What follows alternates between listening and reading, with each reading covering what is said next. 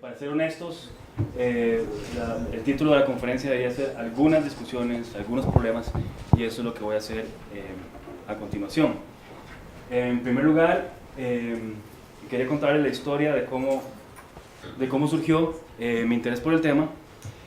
Surgió bueno, cuando era estudiante, cuando me encontré con este libro, un clásico de Hubert Dreyfus, titulado What Computers Can Do, un texto de 1972, que de hecho Dreyfus publicó luego en el 79 y publicó en 1992 con el título un poco cambiado, What Computers Still Can Do, es decir, lo que los computadores todavía no pueden hacer, queriendo decir con ello que la crítica que había llevado a cabo en 1972 seguía siendo válida todavía 20 años después. Se trata de un clásico, de un libro publicado por MIT Press, que sigue siendo un texto muy vendido, muy consultado. En este texto, lo que me interesó, a mí por lo menos, fue que Dreyfus vincula dos universos aparentemente que no se comunican, inconmensurables: la filosofía analítica de la mente, la ciencia cognitiva, y la filosofía de la psicología con la fenomenología. Ciertamente en un sentido limitado, principalmente Heidegger y Merleau-Ponty, y en aquellos tiempos para mí esto fue muy importante porque estas eran precisamente las dos líneas de filosofía en las que yo estaba más interesado como estudiante. Creo que aquí no conozco a nadie, tal vez solamente Sergio se recuerda, pero hubo un tiempo en que a mí me interesó mucho la filosofía analítica. Luego descubrí Ser y Tiempo y entonces empecé a estudiar filosofía fenomenológica, pero siempre manteniendo un interés por la filosofía analítica, y entonces este texto me permitía, digamos, moverme en las dos tradiciones que a veces se conciben como compartimentos estancos o como tradiciones que no tienen nada en común, pero esto es lo que me parecía al principio más interesante del texto. El libro en sí es una crítica del prístino proyecto de la investigación, del programa de investigación en inteligencia artificial, y Dreyfus también es muy importante porque fue uno de los primeros autores en introducir la filosofía fenomenológica y autores fenomenológicos en Estados Unidos. Por aquellos tiempos no era una cosa muy usual. Ahora hay más filósofos americanos interesados, o que se llaman a sí mismos filósofos continentales, pero en aquellos años, hace más de 40 años, era una tradición muy extraña y que parecía no responder a los problemas de que se ocupaban los filósofos analíticos.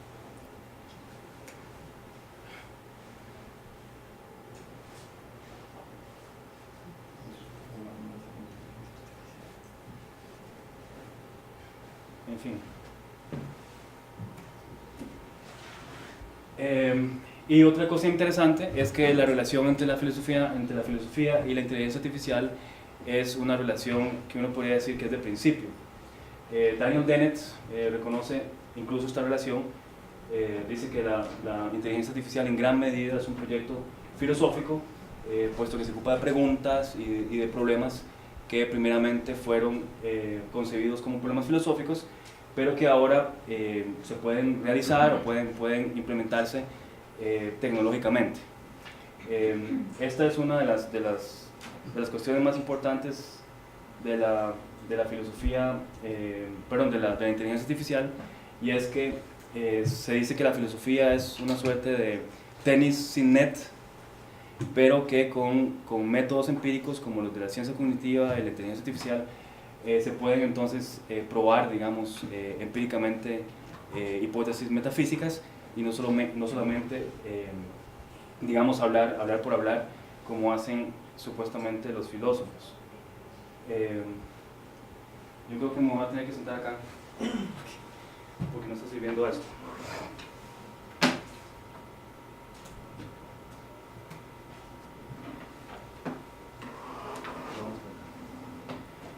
Bueno, en fin, en la inteligencia artificial surgen preguntas seminales que también fueron importantes para la filosofía y que siguen siendo importantes, como qué es la cognición, qué significa pensar, qué es la conciencia, qué significa saber, qué significa comprender, qué es la experiencia, etcétera, etcétera.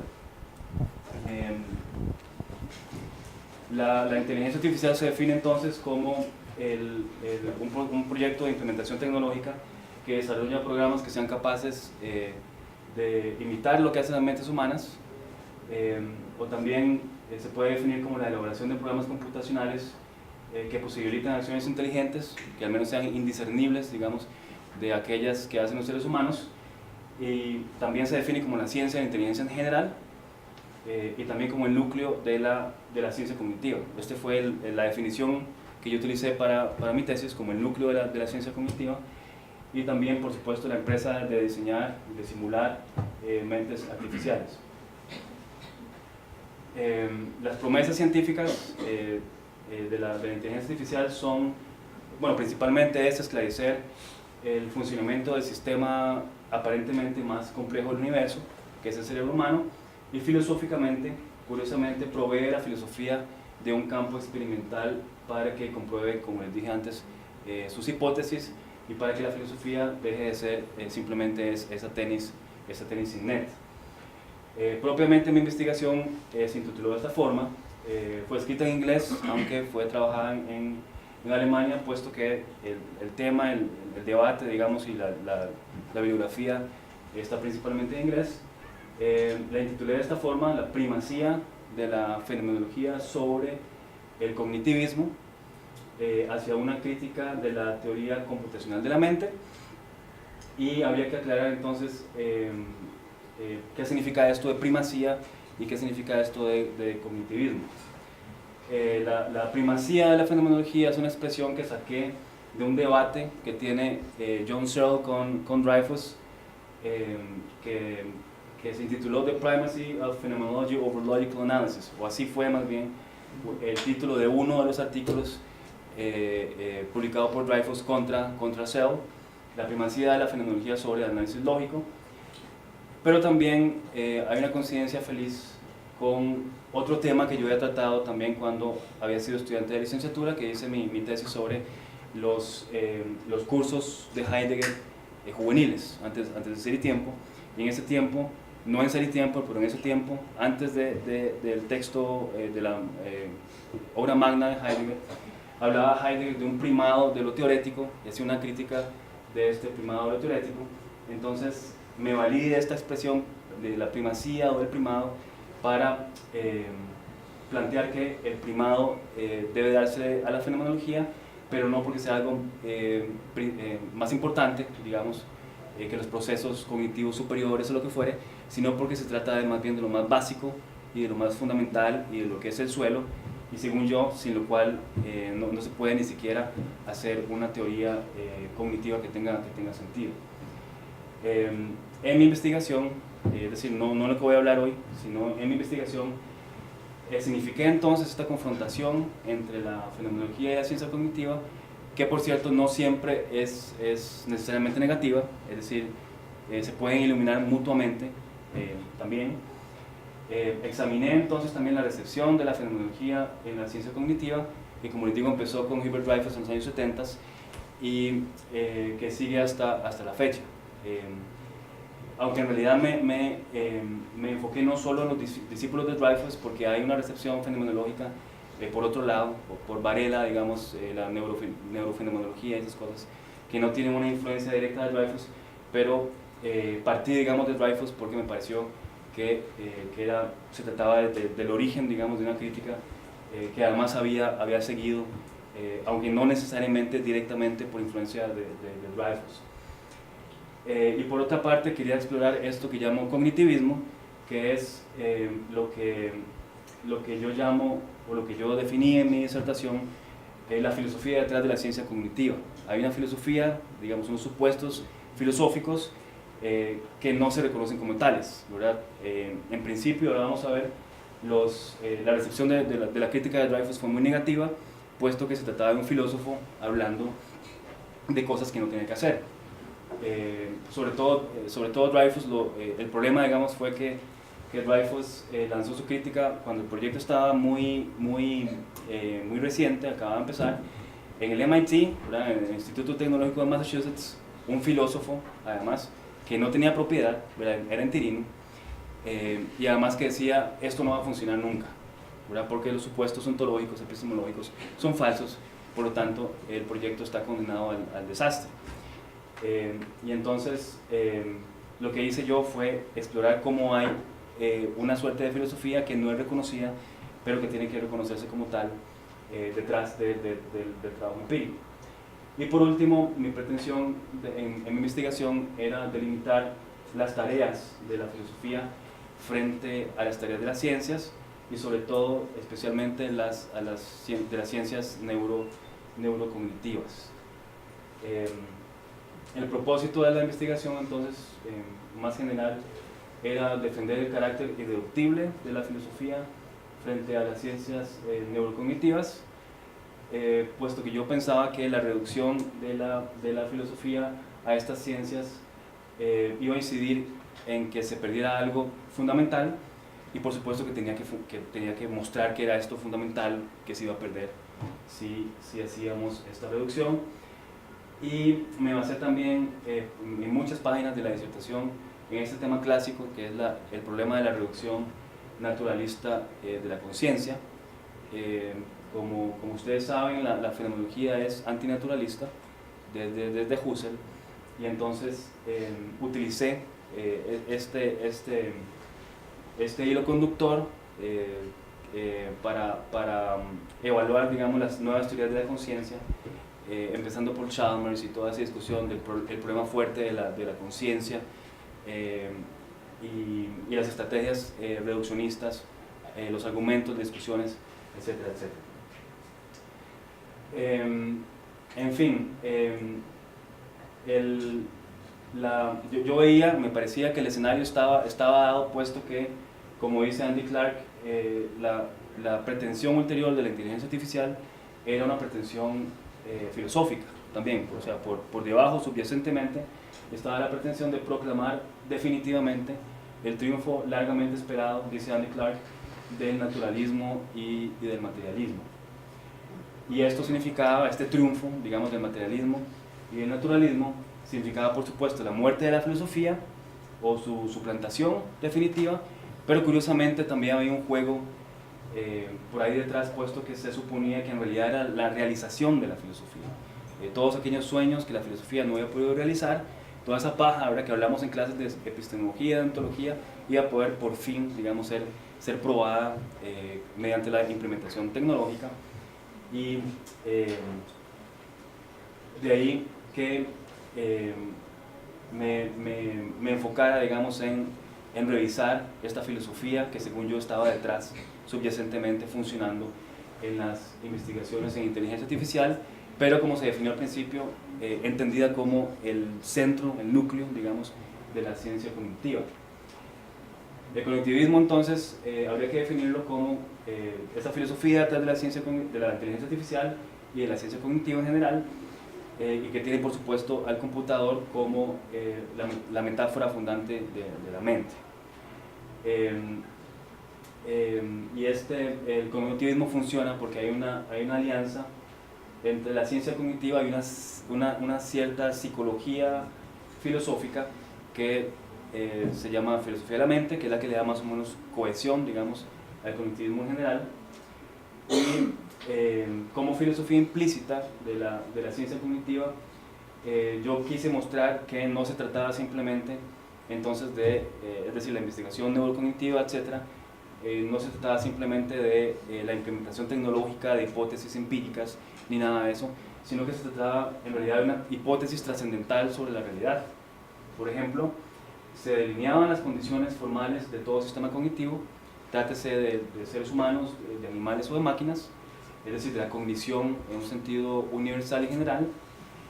El sujeto trascendental era sustituido por un sistema físico simbólico, y la universalidad del sintético a priori, por ejemplo, era sustituida por la universalidad de la máquina de Turing.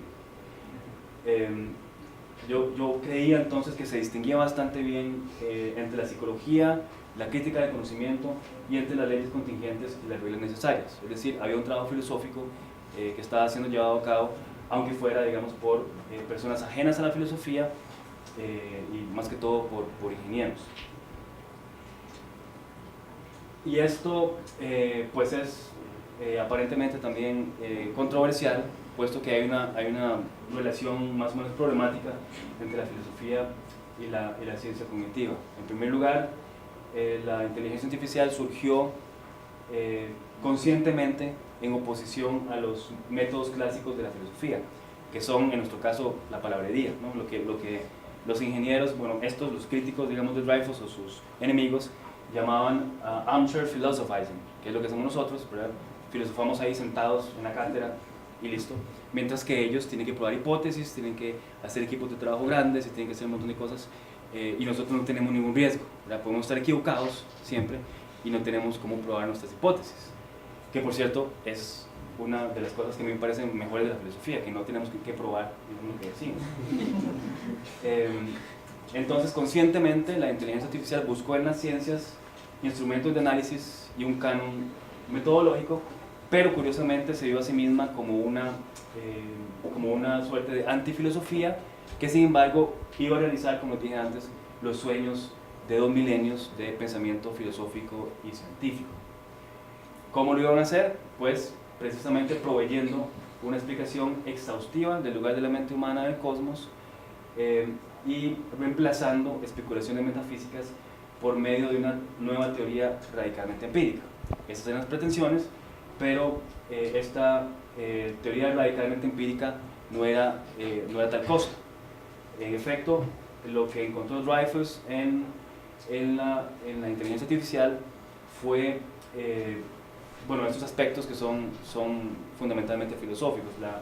La demanda de Hobbes de que el pensamiento se pueda reducir al cálculo, las representaciones mentales cartesianas, la idea leibniziana de un entramado de aspectos primitivos a que todo el conocimiento puede reducirse, la noción de conceptos como reglas, la formalización de estas reglas en el sentido de Frege o de Tarski tal vez, la postulación de átomos lógicos, y en fin, de esos Dreyfus, cito, sin darse cuenta, los investigadores en inteligencia artificial estaban bastante ocupados convirtiendo a la filosofía racionalista en un programa de investigación tecnológica. Eso lo escribe un artículo del 2007 donde recuerda que cuando daba clases de filosofía en el MIT, un seminario sobre ser y tiempo, llegaban después de la clase los estudiantes de ingeniería a decirle: usted ya cierren filosofía, ya listo, nosotros vamos a cumplir lo que ustedes solo hablan, ustedes no saben qué es el conocimiento, no saben qué es la cognición, no saben nada de eso, ese trabajo nos toca a nosotros, los ingenieros. Y cuando Dreyfus se puso a leer que estaban trabajando, se encontró que estaban haciendo filosofía, aunque sin saberlo. Y otra cosa es que el cognitivismo tiene que ver con un proceso de cognitivización. Es decir, las ciencias llamadas cognitivas, como la psicología, la lingüística, la antropología, las ciencias, por ejemplo, que Gardner incluye en su introducción a la ciencia cognitiva como ciencias básicamente cognitivas, han existido por muchos siglos y no son necesariamente cognitivas, pero lo que las hace cognitivas es este proceso de cognitivización, es decir, su redefinición cognitiva. Por ejemplo, la lingüística puede ser ahora redefinida como psicolingüística, es decir, como el estudio de las capacidades lingüísticas de todo sistema cognitivo. El cognitivismo entonces implica esta cognitivización y es el programa que quiere transformar un número de ciencias en ciencias cognitivas o redefinirlas a partir de lo cognitivo. De hecho, es omnipresente ahora, digamos, el título de cognición o lo cognitivo, el interés por lo cognitivo, tanto así que hay ecología, religión, arte, teatro, performance, cognitivas, literatura, investigaciones en poesía, en arqueología, medicina y ciencias sociales. Por ejemplo, traje esta lista de algunas obras recientes de los últimos 5 años, del 2010 para acá. Aquí pueden ver ustedes que hay algo así como aspectos cognitivos del simbolismo religioso, ecología cognitiva, acercamientos cognitivos a la expectación, al ser espectador en el teatro, poética cognitiva, estudios literarios cognitivos, arqueología cognitiva, sociología cognitiva, análisis cognitivo de la formación cultural judía, novelas de protesta, dice ahí, política cognitiva, por ejemplo, también, y acercamientos neurocientíficos y cognitivos a las artes. Es decir, todo es cognición, ¿verdad? Entonces todo puede ser cognitivo, y entonces parece que es una metáfora fundante, digamos, de nuestra época, una demanda fundante de nuestra época. En mi investigación, entonces, seguí esta estrategia, la dividí en tres partes. Primero me ocupé de Dreyfus y la ciencia cognitiva. Esta es una primera parte que tiene unos cuantos capítulos que ahora vamos a ver en el esquema. En la segunda parte me ocupé de Heidegger y la ciencia cognitiva, y en la tercera parte concluí con lo general y amalgamé, digamos, todos los temas de la investigación en un solo capítulo. Este es el esquema de la tesis. En la primera parte traté los orígenes filosóficos, por cierto, de la ciencia cognitiva. Se trataba de probar que había una filosofía heredada, no discutida, digamos, trabajando detrás de la ciencia que se creía empírica, que es, por supuesto, una maniobra típicamente ideológica, ¿verdad? No reconocer o no ser consciente de las metáforas y de las teorías que están por debajo funcionando. Me ocupé también de la crítica de la razón artificial de Dreyfus durante toda su carrera, desde 1972 hasta los años 80, cuando criticó los sistemas expertos, y me ocupé también de las discusiones que tuvo cuando filósofos analíticos de gran estatura, John Searle, John McDowell, Daniel Dennett, etcétera, etcétera, comenzaron a involucrarse con Dreyfus, porque al principio lo que sucedió fue que los ingenieros le dieron la espalda, ¿verdad? Había como una suerte de ley de mejor no comentar nada de Dreyfus y no decir nada de Dreyfus. Él dice, por ejemplo, que gracias a él, eso había que comprobarlo, algunos dicen que no es cierto, gracias a él fue que sucedió el invierno de la inteligencia artificial, cuando DARPA, que es una asociación para la investigación militar y todo eso, que daba millones de dólares para la investigación en inteligencia artificial, dejó de dar dinero como por 10 años, puesto que los resultados eran muy malos, ¿verdad? En los años 50 se creía que en 10 años, en 20 años, íbamos a tener máquinas inteligentes, y hasta en la época no tenemos máquinas inteligentes, ¿verdad? Tenemos máquinas que son smart, pero no intelligent, ¿verdad? Que habría que hacer una diferencia al respecto. Y por último, The Battle of Myths, la batalla de los mitos, es la discusión muy larga que tiene Dreyfus con John McDowell, muy interesante también, puesto que se llama así porque Dreyfus habla del mito de lo mental, de que la mente es un mito, y bueno, como ustedes saben, John McDowell tiene un libro muy influyente que se llama Mind and Worlds, y John McDowell pregunta ¿cuál mito? Entonces tiene una discusión acerca de cuál de los dos es más mitológico, muy interesante la discusión.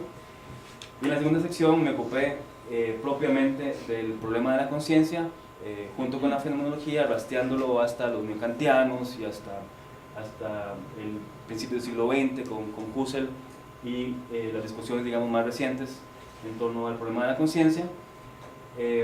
Traté también esta sorprendente hipótesis de que no somos nosotros nuestro cerebro, es decir, ahí traté algunos enfoques nuevos de la ciencia cognitiva, de la mente como ecológica, como un sistema que está, como se dice, acoplado y está en realidad fuera, que no puede explicarse sin el entorno, etcétera, etcétera.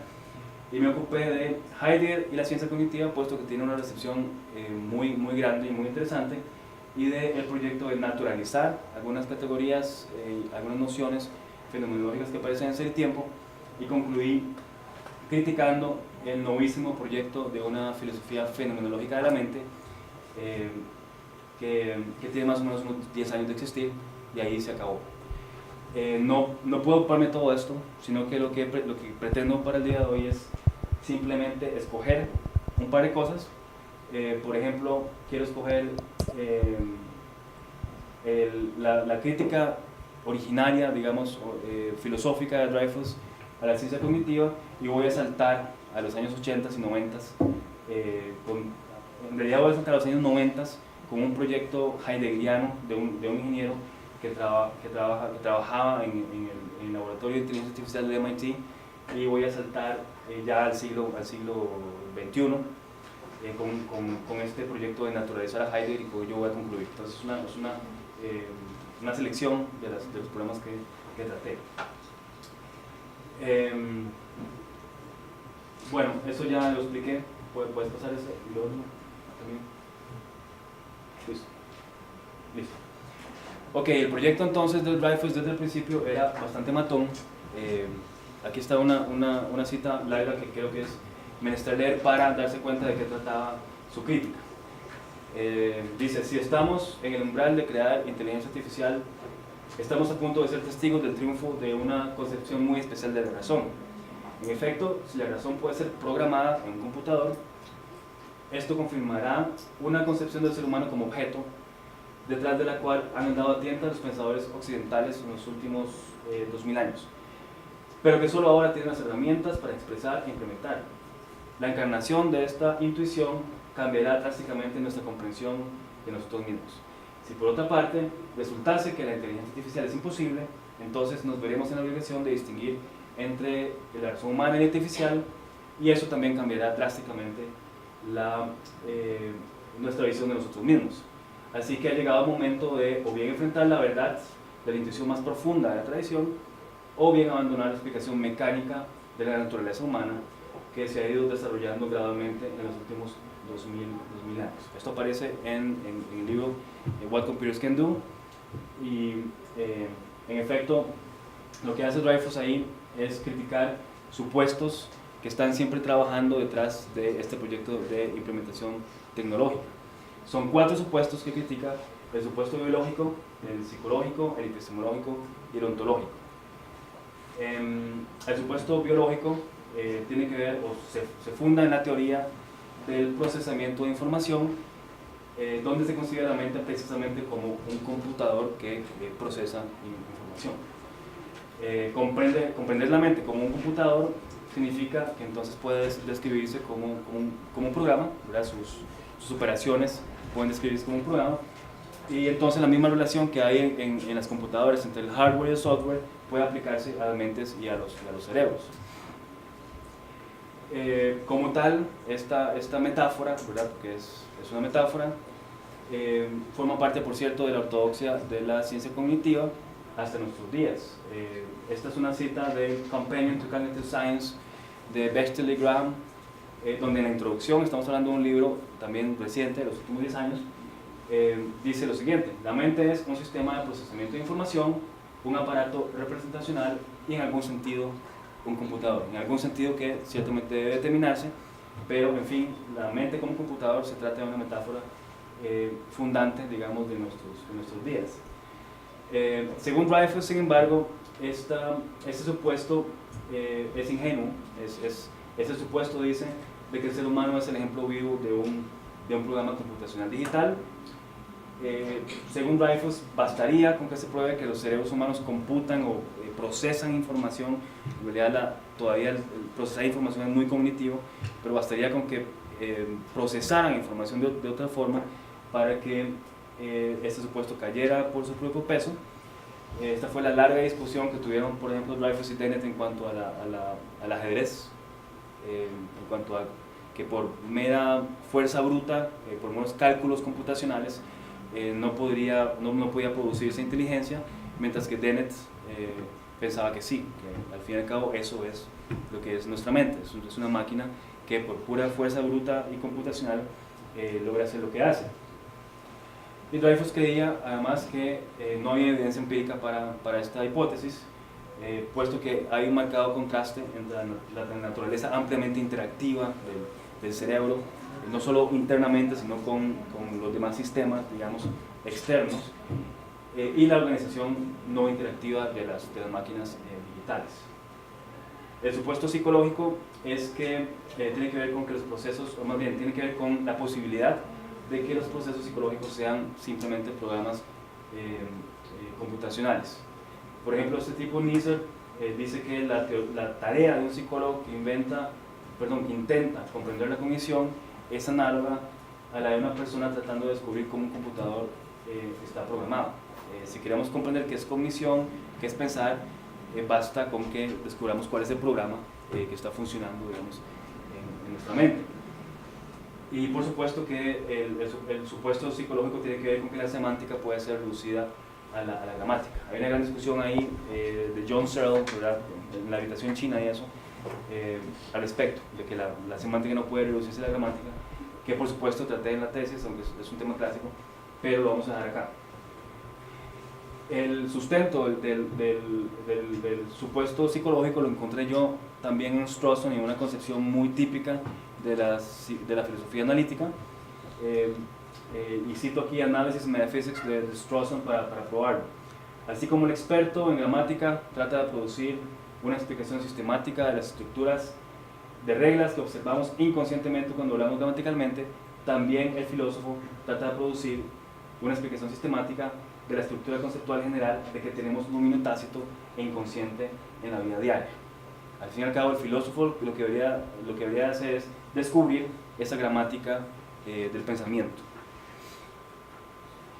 Dreyfus cree, por supuesto, que el supuesto psicológico tiene problemas. Dice que se trata de una falacia suponer que suponer que del hecho de que el cerebro de alguna forma transforme sus inputs, de ello se siga que la mente lleva a cabo operaciones digitales y discretas, como un computador digital. También cree que hay un uso ambiguo del término información. Shannon, quien es el padre de la teoría matemática de la información, ya había distinguido entre la información matemática y la información semántica. Decía que su teoría matemática de la información no tenía ninguna consecuencias semánticas. Se trataba simplemente de un punto de vista ingenieril, y por tanto Dreyfus creía que aquí había una extrapolación ilegítima que convierte la teoría matemática de la información en una teoría semántica. Y por otra parte, y esto más interesante, dice Dreyfus que habría que distinguir entre sistemas gobernados por reglas y sistemas descriptibles por reglas. No debe concluirse, por ejemplo, de la posibilidad de formalizar procesos cerebrales, el que en efecto esos procesos discretos y formales estén ocurriendo dentro del cerebro. Es decir, el hecho de que el planeta Tierra le dé vueltas al Sol, que podamos describirlo con un formalismo, no quiere decir, por supuesto, que el planeta esté haciendo cómputos para darle vuelta al Sol, ¿verdad? Es posible describirlo por un formalismo, pero eso no explica nada de lo que está sucediendo dentro, por ejemplo, de una mente humana. El supuesto epistemológico parte precisamente de que esta posibilidad es importante, la formalización, para hacer una teoría del conocimiento más general.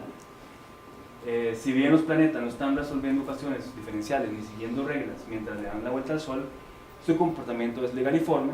Entonces lo que tenemos que hacer para comprender su comportamiento es buscar un formalismo que muestre su accionar como movimiento de acuerdo a reglas específicas. Este es el supuesto epistemológico, y Dreyfus cree que hay una confusión acá entre lo que llaman competence, competencia, y actuación, que traduzco actuación por performance. La formalización nos permite comprender la competencia, por ejemplo, qué significa conducir un auto, pero no nos dice nada de la actuación, del performance de la persona que lleva a cabo la acción. Es decir, mediante la formalización no sabemos qué sucede, por ejemplo, en la mente de quien lleva a cabo la acción, o de quien está haciendo ese performance. Y por último, el supuesto ontológico es tal vez el más importante porque tiene más consecuencias, y tiene que ver con que todo lo esencial respecto del comportamiento inteligente puede comprenderse mediante el recurso a un número de elementos independientes determinados. El mundo entonces es una sumatoria de hechos atómicos. El conocimiento es un inmenso libreto de hechos discretos, y la mente como computador almacena una cantidad inmensa de datos respecto al mundo. Lo que hace alguien inteligente, o un cerebro, por ejemplo, es hacer, ¿cómo se dice?, recoger, revisar listas de toda la información que está supuestamente ahí almacenada. De nuevo es la imagen esa del computador aplicada, digamos, a un sistema neurológico como el cerebro. De aquí surge un problema que es aún más grave, que es el problema de la relevancia, que es un problema también ontológico. Si el mundo consiste en el entramado de una serie innumerable de hechos, el problema entonces fundamental de la inteligencia artificial es el problema del almacenamiento y el acceso a una inmensa base de datos. De aquí surge entonces el problema computacional de la relevancia, que tiene que ver con cómo computar las consecuencias de una acción sin necesidad de que los cómputos tengan que calcular también los no efectos de una acción. ¿Cómo puede un sistema computacional revisar y recopilar de entre todas sus creencias solo aquellas creencias que son relevantes en un contexto particular? Esto era un problema que surgió, un problema técnico, puesto que los programas pues no eran inteligentes porque les cambiaba un aspecto del mundo y ya no pueden hacer nada, ¿no? Nosotros, sin embargo, no tenemos ese problema, ¿verdad? Aquí, por ejemplo, hay cosas que son relevantes para esta presentación, como lo que está haciendo David, lo que estoy haciendo yo, pero hay un montón de cosas que estoy ignorando, digamos. Y si alguien sale o alguien entra, yo no me voy a quedar trabado, ¿verdad?, con un computador sin saber qué hacer, puesto que tenemos la habilidad, la habilidad de discriminar qué es relevante y qué no es relevante, etc. Ahora vamos a ver cómo eso tiene que ver también con la concepción de los objetos, o con la empobrecida concepción de los objetos que hay en la teoría cognitiva. La solución que se planteó para este problema de la relevancia era hacer entonces una suerte de marco referencial, y el problema se llamó así, the frame problem, el problema del marco referencial. Un frame o un marco referencial es una estructura de datos que representa una situación estereotípica, como por ejemplo asistir a una fiesta de cumpleaños. Entonces, si un programa tiene problemas en distinguir qué es relevante y qué no es relevante, entonces le vamos a decir, en una fiesta de cumpleaños se dan regalos, o pasan tales situaciones, etc. Es lo que hay que hacer pequeños contextos, de forma que los programas entiendan de qué se trata. Esto también implicaba entonces una redefinición, por cierto, del problema de conocimiento, puesto que aparentemente entonces se había descubierto algo esencial para el conocimiento, y es que el conocimiento consiste en procesar guiones o scripts, le llaman en inglés, que anticipan un número específico de acciones, ¿verdad? Nosotros tenemos programados con un montón de guiones, ¿verdad? Eso sería lo que aprendemos en la socialización. Formamos guiones de cómo actuar, de cómo no actuar, de cómo portarse en ciertas situaciones, etcétera, etcétera. Y entonces, para dotar un programa de contexto, habría que alimentarlo con millones de datos sobre objetos, sobre sus procesos y sobre los contextos que son definitorios de esos procesos. Un programa entonces que puede hacer constante referencia recursiva a todos sus conceptos, conceptos que representan el mundo, será un programa inteligente, un programa con sentido común. Y por eso pongo ahí la fotografía de John McCarthy, que por cierto fue quien inventó el término Artificial Intelligence y quien estuvo arduamente durante toda su carrera tratando de que las máquinas los programas tuvieran sentido común. Fracasó crasamente, desde luego. Y en el 2012, un científico cognitivo de alto nivel, Marvin Minsky, que fundó el laboratorio de inteligencia artificial en el MIT, declaró a Wired Magazine que la inteligencia artificial estaba muerta cerebralmente. Tenía muerte cerebral porque decía, no hay ningún computador que tenga sentido común. No se pudo pasar de ahí, aunque 2012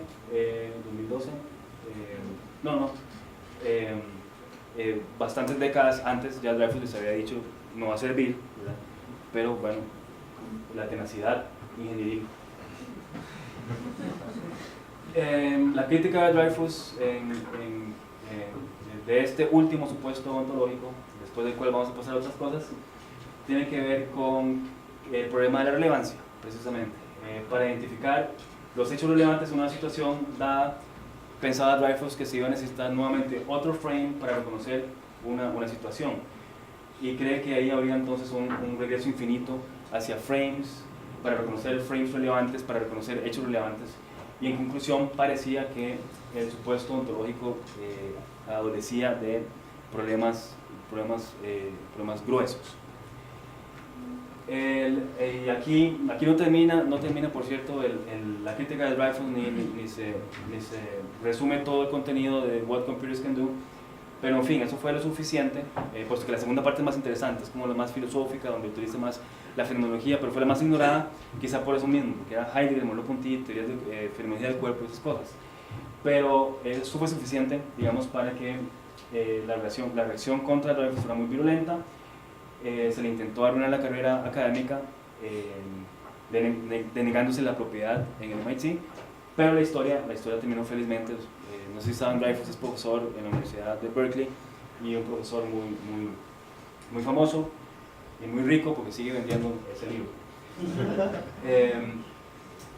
En fin, hay entonces esta cuestión, una reacción virulenta y un intento de silenciar a Dreyfus, pero hubo una suerte de recepción lenta que ya para 1995 era escandalosa. Terry Winograd, que por cierto era el director del Laboratorio de Inteligencia Artificial en Stanford, es decir, un científico cognitivo de alto nivel, había leído Dreyfus y se había interesado por estudiar hace tiempo, y escribió un artículo en 1995 que era una ironía que el Laboratorio de Inteligencia Artificial de MIT se había convertido en heideggeriano. Entonces quiero a continuación hablar de esta alternativa heideggeriana, pero pasando a una figura clave que se llama Philip Agre, y no a una serie de investigadores como Winograd, y hay un chileno, Flores, y otros en los años 80, sino que quiero enfocarme en el proyecto que me parecía más interesante de la alternativa heideggeriana, que puede resumirse con esta frase que está ahí, de que lo que faltaba, de lo que carecía la investigación artificial, era investigar la estructura del ser en el mundo, dejar de estar haciendo programas y pensando que nuestro cuerpo es una suerte de empaque que mueve a un computador, y lo que había que investigar era cómo funcionaba esta estructura del ser en el mundo, y a eso a lo que vamos. Surge, digamos, esta alternativa heideggeriana a partir de una suerte de crisis, ¿verdad?, de la idea tradicional de la inteligencia artificial y de la ciencia cognitiva. Se llegó a la conclusión de que el punto de vista que reinaba debía ser cuestionado, el punto de vista sobre todo objetivante, y que la investigación debía enfocarse en programas que incorporaran el habérselas con el mundo y el involucramiento práctico. De aquí ya me salté todos los años 80, donde Dreyfus desarrolló una teoría del skillful coping, es decir, del habérselas habilidoso, digamos, de los seres humanos en el mundo, que no tiene que ver con representaciones mentales, sino que tiene que ver con otro tipo de habilidades que no pasan por un headquarters, ¿verdad?, por un centro, digamos, donde recibe órdenes simbólicas y lógicas, ni nada de eso. La figura más interesante acá, la que hizo la rebelión, por cierto, es, antes de Agre, que es como el más filosófico, es Rodney Brooks. Ese amiguito que ven ahí se llama Baxter, que es un robot que se utilizó en la industria, pero Brooks, que es por cierto un roboticista muy importante, fue el que diseñó los robots que fueron a Marte, ¿verdad? Puesto que hizo un montón de investigaciones de la situacionalidad, de la corporización de los agentes cognitivos, y escribió también largamente sobre cómo era necesario abandonar el punto de vista tradicional de la ciencia cognitiva. Según Brooks, lo que hay que hacer son robots, en vez de estar haciendo cerebros, ¿verdad?, o programas inteligentes. Lo que hay que hacer son robots, porque los robots están situados en el mundo, ¿verdad?, e interactúan principalmente con objetos y con situaciones, y no con símbolos abstractos. No tienen que estar recurriendo a una base de datos, sino que tienen que estarse ocupando de situaciones. Además, tienen cuerpos, ¿verdad?, así que experimentan el mundo, dice Brooks, directamente y no solamente mentalmente. La inteligencia robótica, estos otros aspectos interesantes, surge de la interacción con el mundo, la constante referencia a los sensores de los robots y del acoplamiento con la dinámica del ambiente. Y entonces la inteligencia se puede definir como una propiedad emergente que surge de las interacciones del sistema con el mundo. Curiosamente, Brooks dice que su trabajo, sin embargo, no se basa en la filosofía alemana. Esta cita la saqué de un texto que se llama, a ver si me recuerdo, Inteligencia sin representación, y dice, en algunos círculos se da mucho crédito a Heidegger como quien comprendió la dinámica de nuestra existencia. Nuestro enfoque guarda ciertas similitudes con otros trabajos inspirados en Heidegger, pero nuestro trabajo se basa puramente en consideraciones ingenieriles. Estas semejanzas se deben a un discípulo suyo, a un estudiante que en ese tiempo era muy joven, Philip Agre, que hizo junto con Chapman en el MIT un programa heideggeriano de interacción de los agentes. Agre estaba muy convencido, digamos, de que lo que tenían que hacer los ingenieros era estudiar filosofía. Entonces ya ven, el espíritu había cambiado bastante, puesto que en estos entornos pues la filosofía es muy, se tiene una actitud muy hostil, digamos, respecto de la pura especulación, porque bueno, los ingenieros son tipos que hacen cosas, ¿verdad? Y no les interesa si algo es verdad o falso, o más bien si algo es verdadero o falso tiene que ver si se puede hacer, se puede realizar tecnológicamente y no simplemente si está en el aire, es decir, los enfoques son bastante diferentes. Según Agre, las ideas de la inteligencia artificial además tienen raíces genealógicas en problemas filosóficos. La investigación en la inteligencia artificial se encuentra constantemente con problemas que se derivan de tensiones internas en los sistemas filosóficos subyacentes. Este era el problema de la inteligencia artificial tradicional, ¿verdad? Heredó una serie de doctrinas filosóficas de las cuales no era consciente, que no dominaba, y para Agre básicamente lo que había que hacer era estudiar filosofía para no ser ingenuo respecto de la historia conceptual que está funcionando, digamos, antes de cualquier implementación tecnológica. Y los programas de inteligencia artificial, dice Agre, suelen desarrollar ideas que les han sido sugeridas por los sistemas filosóficos de que son deudores. Entonces, propone Agre lo siguiente: estas dificultades, es decir, las dificultades críticas, ¿verdad? Que vienen de la crítica filosófica, por ejemplo, esta devastadora crítica dreyfusiana de los supuestos filosóficos funcionando subyacentemente a la investigación, deberían ser aceptadas como claves particularmente informativas sobre la naturaleza y las consecuencias de las tensiones filosóficas que la generan, y el análisis de esas claves debe proceder además fuera de los confines propiamente o estrictamente técnicos, pero que pueden resultar también en agendas técnicas y en la revisión de la misma investigación tecnológica. Es decir, no habría que tener miedo, dice Agre, de que sepamos, bueno, los ingenieros, qué estamos haciendo también históricamente. Esto además es necesario, puesto que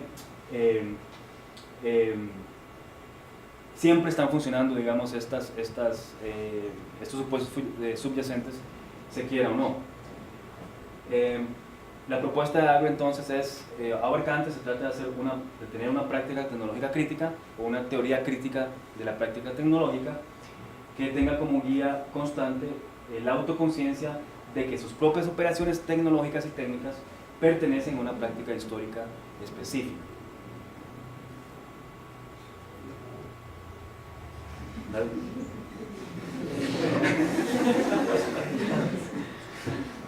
Ahora, ¿por qué? Bueno, puesto que la práctica tecnológica además es un híbrido de realidad física y de construcción discursiva. La trayectoria de la investigación tecnológica está determinada o puede estar determinada por limitantes físicas, ¿no? Como la velocidad de la luz, las 3 dimensiones del espacio, o sea de lo que fuere, pero también está determinada por limitantes discursivas. Por ejemplo, el acervo a disposición de vocabulario, las metáforas y las convenciones narrativas. No debe pensarse en este híbrido de la filosofía con la práctica tecnológica como que la filosofía es una suerte de exportación exógena que suplanta la práctica tecnológica. Lo dice literalmente Agre de esa forma. No se trata de utilizar a Heidegger y de suplantar, hacer programas o hacer aparatos tecnológicos, sino que se trata de expandir la práctica tecnológica de forma que la relevancia de la crítica filosófica se haga evidente para la práctica tecnológica y que, como vimos anteriormente, esa práctica tecnológica tenga una autoconciencia de las metáforas que permean su trabajo. Además habla puntualmente de la metáfora, del rol de la metáfora en la práctica científica. Dice que no se trata simplemente de partir de una metáfora interesante. Muchas veces, por cierto, las metáforas que se utilizan son pobres, Por eso dice que habría que ir a la filosofía, donde pululan muchísimas metáforas interesantes. No se trata entonces de partir de una metáfora, agregarle un poco de mate y realizarla en maquinaria, sino que se trata de llevar a cabo una investigación de las metáforas también tecnológicas y tomar en cuenta tanto la realidad física como la construcción discursiva subyacente, puesto que, según Agre, las metáforas juegan un rol fundamental en la organización del conocimiento científico. Para ello, entonces, las metáforas con las que quiere trabajar Agre, que le parece que son mucho más interesantes que esa metáfora del computador encapsulado dentro de la cabeza, habría que pensar en estos dos términos que él llama embodiment y embedding. Embodiment se traduce por corporización, por el hecho de que se tiene un cuerpo. De hecho se define como la vida de la gente como cuerpo, la finitud de sus recursos, su perspectiva limitada e idiosincrásica sobre el mundo, la indexicalidad de sus percepciones, su movilidad, etcétera, etcétera. Y embedding podría ser la incrustación, la conexión, digamos, el ser en el mundo, por decirlo generalmente. Tiene que ver con la relación estructural de la gente con su mundo, sus caminos habituales, sus prácticas acostumbradas, su contexto de familiaridad, su conexión interactiva con otros agentes, etc. Aquí hay entonces también otra crítica, o más bien la crítica de la cognición tradicional se expande, puesto que esta idea partía de estos supuestos. Partía del supuesto de que la percepción es una suerte de óptica invertida que construye un modelo mental del mundo partiendo de las impresiones sensoriales. Que la acción de un agente se lleva a cabo a través de la ejecución de actos mentales llamados planes, comprendidos como programas computacionales que, por supuesto, en tanto son programados, están dados de antemano, y que el conocimiento consiste en un modelo de mundo formalizado en analogía con la teoría platónica del significado en la tradición de Frege y de Tarski.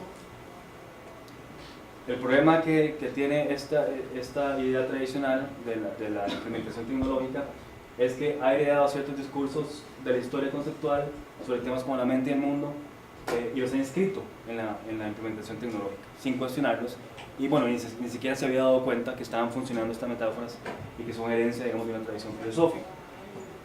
Supuestamente el punto, recuerden las pretensiones anteriores que decimos al principio de la inteligencia artificial, el punto de la implementación tecnológica en la inteligencia artificial era la clarificación conceptual y la evaluación empírica de las teorías, pero dice algo que la inteligencia artificial más bien ha fracasado tanto clarificando como evaluando esas teorías, porque ni siquiera es consciente de las metáforas que permean su práctica.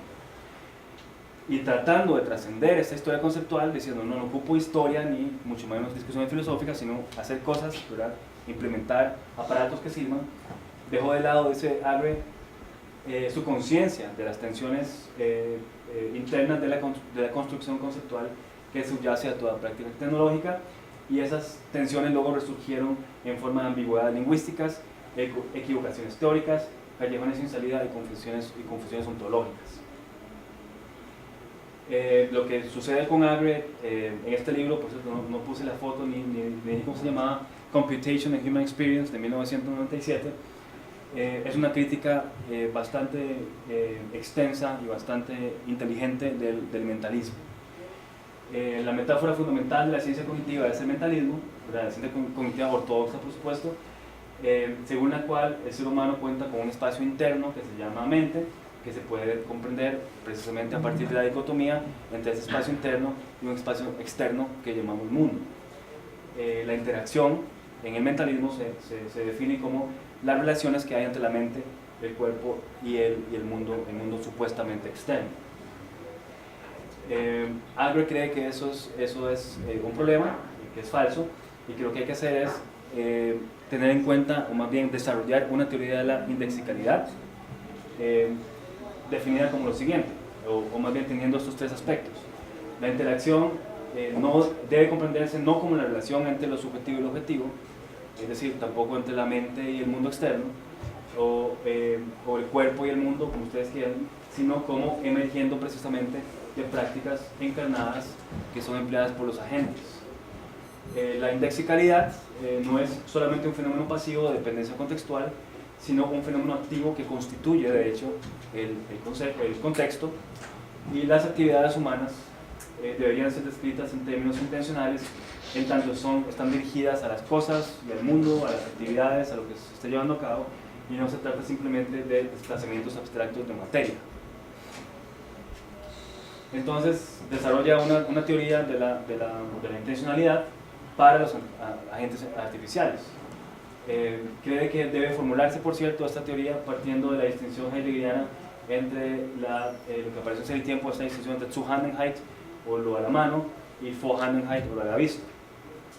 La inteligencia artificial tradicional diseñó programas exclusivamente enfocados en aquellos fenómenos destacados ante la vista, ¿verdad? En que aparece un objeto aparentemente determinado, como completo, pero debería distinguirse entre una intencionalidad no representacional y una intencionalidad representacional.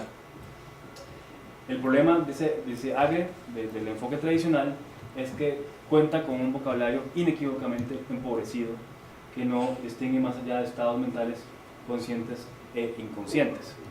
También la noción de objeto es radicalmente empobrecida, lo vamos a ver después. Entonces, lo que hace Agre en su teoría de la intencionalidad es distinguir entre dos tipos, entre una deíctica, que es la que tiene que ver con arreglo a la locación de los agentes, a su posición social, a sus metas actuales, a sus intereses, a su perspectiva idiosincrática, y está también, habría otra forma de concebir la intencionalidad como objetivamente, en tanto en referencia a sus actividades y estados intencionales.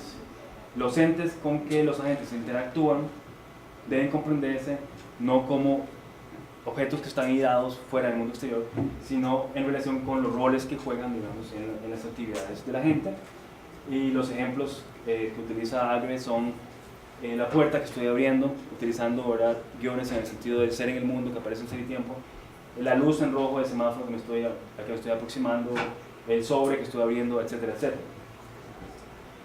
El rasgo principal de esta intencionalidad nueva, que no había sido teorizada como tal por el enfoque tradicional, es que no se trata de nada privado y subjetivo. Supuestamente lo que tiene que ver con la intencionalidad era subjetivo, ¿no?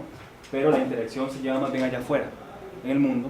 Entonces la fenomenología no tendría que ver con nada subjetivo ni con nada privado, que por cierto es una de las acusaciones usuales de que la fenomenología trata de la estructura subjetiva de la experiencia, pero en realidad es una teoría de la realidad completa, ¿verdad? No trata solamente de eso, aunque lo parezca. Lo que pasa es que lo dedíctico o la Gemeinigkeit, que es Heidegger en Ser y Tiempo, el ser cada vez mío, el hecho de que a mí conocer un objeto es una experiencia, etc., tiene también, por supuesto, este rasgo de indexicalidad, ¿verdad? La experiencia de conocer los objetos cruza, digamos, a los agentes y no solamente se trata de una pasividad o una receptividad ante cosas que están allá afuera. Agre, que es un ingeniero, entonces no simplemente habla paja como nosotros, sino que hace cosas. Y entonces es un programa, junto con Chapman en los años 80, en un juego electrónico, donde aparece este pingüinito que se llama Pengu. Consiste precisamente en la implementación de los principios interactivos antes enunciados. Es decir, consiste en tratar de implementar la intencionalidad de IT. Es una combinación de direccionalidad de metas e improvisación, y lo importante para Agre y para Chapman es que no implementaron un plan concebido de antemano, ¿verdad? No le dieron unas instrucciones de antemano, sino que Pengu tiene que relacionarse con los objetos de su micromundo mediante el recurso a símbolos mentales, más bien no tiene que relacionarse con su mundo mediante el recurso a símbolos meramente mentales, sino que solamente en referencia a los roles que juegan los objetos con los que se enfrenta en su micromundo, etc. Mi tesis critiqué a Agre también, por cierto critiqué a Dreyfus también, pero no me da tiempo de decir por qué. Bueno, porque me parece que no es fenomenológica, radicalmente fenomenológico, me parece que podía cavar más abajo y además ignora la tradición fenomenológica, es decir, lee Heidegger y Merleau-Ponty y no lee otros autores, ni siquiera Husserl. Entonces me parecía que quedaba medio palo más o menos su crítica, y con Agre pues tiene este problema, aunque es muy interesante, ese libro lo disfruté muchísimo, pero tiene el problema de que quiere programar, digamos, de alguna forma la Johannenheit, o lo a la mano, lo práctico, y creo que esa empresa es una suerte de hierro de madera, y que constituye una objetivación de la interacción humana. En su proyecto me parece que también hay una objetivación tanto de las funciones como de la actividad y de la relevancia situacional para la gente, y creo que también hay reglas subyacentes que determinan de antemano la respuesta a las situaciones que aparecen, ¿verdad? Cuando Pengo le pega una patada a un bloque, no lo está haciendo porque tenga alguna habilidad, ¿verdad? Sino porque está cumpliendo al fin y al cabo una regla con que fue programado. Por supuesto, alguien no es tan idiota como los primeros ingenieros de los años 50. Él sabe que esto no es inteligente, ¿verdad? Pero sí le parecía que era un paso, digamos, para entender más o menos cómo funciona la interacción en los agentes cognitivos. Y por último, quiero saltar de acá a el 2005, cuando apareció este libro de Michael Wheeler, que se llama Reconstruyendo el mundo cognitivo, el próximo paso. Muy interesante, puesto que ese siguiente paso es incorporar el análisis de nuevo del ser en el mundo de Heidegger en la ciencia cognitiva, y lo traduce Wheeler esto en el sentido de que tiene que darse cuenta de una inteligencia online, de que los investigadores estaban tratando la inteligencia offline, utilizando esta metáfora, ¿verdad?, de los websites. Una cosa es hacer un website, pero hay que subirlo para ver cómo funciona. Lo que hay que hacer es subir, digamos, la inteligencia a la red para que funcione como supuestamente funciona en los agentes humanos. El enfoque también es embodied, embedded, ¿verdad? Es corporizado e incrustado en el mundo. Implica que la ciencia cognitiva, dice literalmente, es una cita, se me olvidó por las comillas, debe poner la conexión de vuelta en el cerebro de vuelta en el cuerpo, y el cuerpo de vuelta en el mundo. Lo que hace Wheeler en ese libro es criticar definitivamente todos los presupuestos cartesianos, según él son cartesianos, que permean la práctica de la ciencia cognitiva, que son los siguientes. Los clásicos: hay una dicotomía entre sujeto-objeto, entre lo interno y lo externo. La mente, la cognición y la inteligencia se explican a partir de representaciones que son supuestamente manipuladas y transformadas. La actividad inteligente sería entonces el resultado de procesos raciocinantes de propósito general. La percepción es esencialmente inferencial. La acción inteligente se lleva a cabo mediante una serie de ciclos que adquieren la siguiente forma: sensación, representación, plan, movimiento. El ambiente no es más que un suministro para problemas, para obstáculos para la gente, una suerte de fuente de inputs informacionales, un escenario donde son ejecutadas las secuencias de estos planes, y la corporización de la gente juega un rol secundario, puesto que en principio podríamos hacer un cerebro de silicón. Sin embargo, cree Wheeler que hay un problema con Heidegger, y es que Heidegger es un antinaturalista, como buen fenomenólogo, y entonces dice que tenemos que tener cuidado con esto, con lo que llama, lo vamos a ver luego, un chauvinismo antropocentrista de Heidegger. Utiliza esta palabra muggle, que son criaturas. Yo no he leído Harry Potter, pero en Harry Potter hay criaturas que no tienen el poder de la magia, se llaman muggles, no sé cómo se llaman en español. Y la lección para la filosofía, porque nosotros somos todos los seres humanos muggles, es que no se debe aceptar ninguna cosa, como se dice, spooky, espeluznante o extraña, ¿verdad? No debemos aceptar en las teorías cognitivas nada spooky, o sea, nada raro.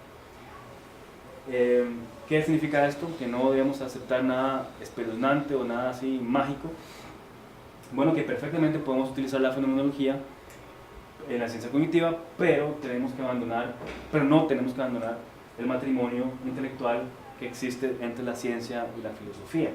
Este matrimonio significa que no debe aceptarse la incorporación de entidades ocultas desconocidas para la investigación científica. Eso sería spooky, ¿verdad? Sería espeluznante o raro. Si la filosofía y la ciencia chocan, la ciencia natural, de frente, porque la filosofía habla de cosas raras, ¿verdad?, como suele hacerlo, es la filosofía la que debe hacerse a un lado, puesto que la ciencia es la que tiene preeminencia sobre la investigación de los objetos del mundo, la filosofía no tiene nada que decir respecto a los objetos. Lo que hay que hacer entonces es naturalizar a Heidegger y a toda la fenomenología, o todo lo interesante que haya en ese tiempo. Las estructuras del mundo utilizadas por Heidegger tienen que ser parte de un proceso natural. El Welt, el mundo humano, puede ser más elaborado que el Umgebung del animal, del medio del animal, una distinción que hace Heidegger comúnmente, pero debe comprenderse en un continuum evolutivo con el mundo natural. Hay una lección que se llama Conceptos fundamentales de metafísica, finitud, finitud, soledad, son 3 palabras. ¿Cómo? Algo así, ya se me olvidó. Pero ahí trata esta distinción entre el hombre y el animal. Dice que las rocas son weltlos, no tienen mundo. Los animales son welarm, o sea, tienen un ambiente, ¿no? Umgebung, son pobres del mundo. Y solo Dasein, ¿verdad? Es mundano, ¿verdad? Tiene mundo. El mundo circundante, dice Wheeler, que le parece muy interesante también para explotarlo en la ciencia cognitiva, debe haber surgido de estructuras biológicas más primordiales. El problema de Heidegger es que es un chauvinista antropocéntrico, por eso pone el hombre así como en una cadena donde es la conclusión como de la creación, ¿verdad? Me parece que es un resabio de teología cristiana, y con todas sus destrezas y toda su riqueza cultural, el Dasein es también un animal, dice Will. Y la excepcionalidad en el reino animal del ser humano, por supuesto que debe rechazarse, puesto que ya esto lo tenemos claro a partir de las teorías evolutivas y de Darwin. Las estructuras de sentido también, por cierto, permean la vida de los animales no humanos. Los animales no humanos también entienden, también tienen sentido, también se organizan de alguna forma. No puede estarlos tratando solamente como cosas sin mundo. Para ello utiliza Wheeler la vida artificial, ¿verdad? Que es la investigación o el campo que estudia los sistemas vitales, los sistemas vivos y sus procesos evolutivos a partir de simulaciones computacionales, robótica y bioquímica. Ahí en la imagen hay un enjambre de robots. Si ustedes ponen eso en internet, en YouTube, se van a encontrar con sistemas que se organizan solos, que hacen formas, etc., sin tener ningún plan, ¿verdad? Solo por propiedades muy básicas. Y la A-Life es el intento de explicar los sistemas evolutivos y adaptativos, incluyendo los fenómenos como la inteligencia y la cognición, a partir de estas estructuras básicas de sentido. Un ejemplo es Vittorio, que es un ejemplo famoso utilizado por Varela, Thompson y Rush en este famoso libro, The Embodied Mind. Es un anillo compuesto por 80 unidades de procesamiento elemental, autómatas celulares, en una sopa aleatoria de unos y ceros, dotado de una arquitectura de red y propiedades de acoplamiento, lo cual es bastante básico, no es un sistema muy complejo. Y Vittorio, dicen los autores, escoge del medio secuencias para modificar su propia configuración, lo cual puede comprenderse, según ellos, como una suerte de interpretación de sentido primitiva. Es decir, incluso los sistemas artificiales son capaces de interpretar. Según ellos, Vittorio selecciona y presenta un dominio de significación desde un contexto azaroso. No se trata, como en la inteligencia artificial y en la ciencia cognitiva tradicional, de un programa predado, representacional, prediseñado, porque Vittorio no fue diseñado como identificador de secuencias, sino que solo se le dotó de cierta dinámica interna a esas características y resultó como un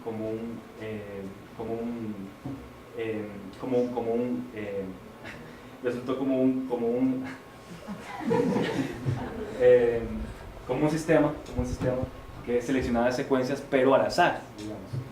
Y por tanto el mundo, ¿verdad?, de Vittorio surge a partir de la historia de su acoplamiento estructural y de nada más. Bueno, en fin, hay mucha discusión al respecto, ahí duré como 100 páginas hablando de todo eso, pero encontré problemas, por supuesto, en Wheeler, que son los siguientes, en 2 partes, y con esto termino, ya voy a terminar. Hice un argumento más o menos que lo resumo de esta forma. La ciencia empírica investiga todo aquello que es el caso, todo aquello que es objetivo, por supuesto, parte de una distinción entre lo que es y lo que no es, y eso quiere decir que parte de una precomprensión de aquello que es. Nosotros somos los seres que contamos con una comprensión de aquello que es, y por ello toda explicación del ser humano debería incluir también esa aclaración nuestra de la comprensión de lo que es. La ciencia empírica, repito, se ocupa del objetivo y no de aquello presupuesto en la inteligibilidad del objetivo. Solo se ocupa de las cosas que pueblan el mundo, siguiendo exactamente a Wheeler como define la ciencia, y por ende carece de una comprensión adecuada del Dasein. La investigación empírica entonces no da cuenta del fenómeno de tener un mundo que es inseparable de la noción fenomenológica de Dasein. Nuestro mundo es inteligible por nuestra comprensión del ser, es decir, se trata de un mundo donde encontramos los objetos. No encontramos el mundo como objeto. El mundo no aparece como objeto, sino que precisamente en el mundo es donde encontramos los objetos, y por tanto la investigación empírica se limita a un sentido empobrecido de lo objetivo. De hecho, en la fenomenología sí hay una noción ampliada de lo que es objetivo, ¿verdad? El objeto no es un objeto predeterminado. En este momento lo estoy viendo ustedes, pero solo estoy viendo la fachada de ustedes.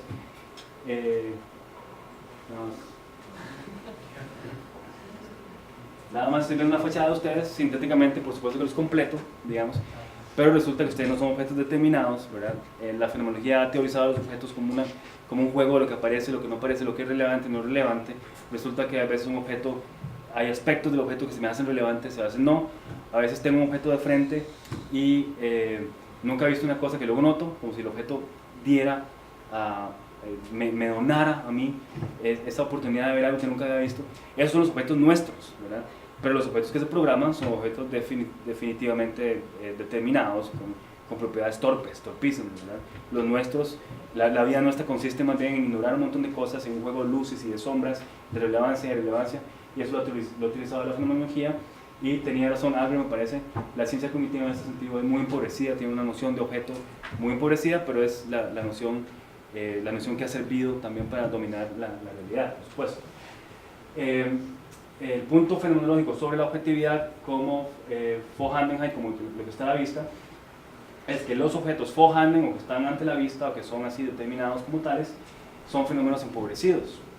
En el mundo humano, como les dije, los objetos no están ni dados ante la vista, ni definitivamente, y se muestran solo en perspectiva, y al mismo tiempo que ignoramos muchas notas constitutivas, y esto es algo que utilicé, digamos, para criticar ciertas nociones de la ciencia cognitiva, sobre todo más tradicionales, pero todavía no tan tradicionales, ¿verdad? Porque Wheeler viene con The Next Step en Cognitive Science, y todavía tiene una noción de filosofía, me parece también igualmente empobrecida.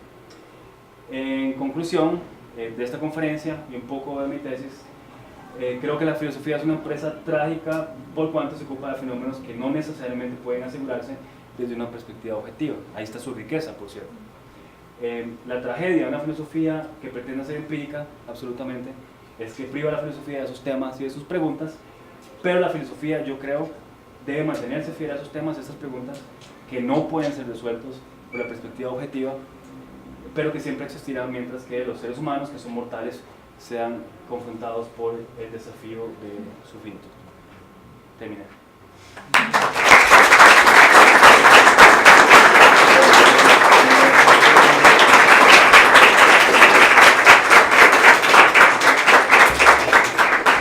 Bueno, ahora vamos a pasar entonces a la etapa de preguntas o comentarios que va a dirigir el propio Jethro, por favor.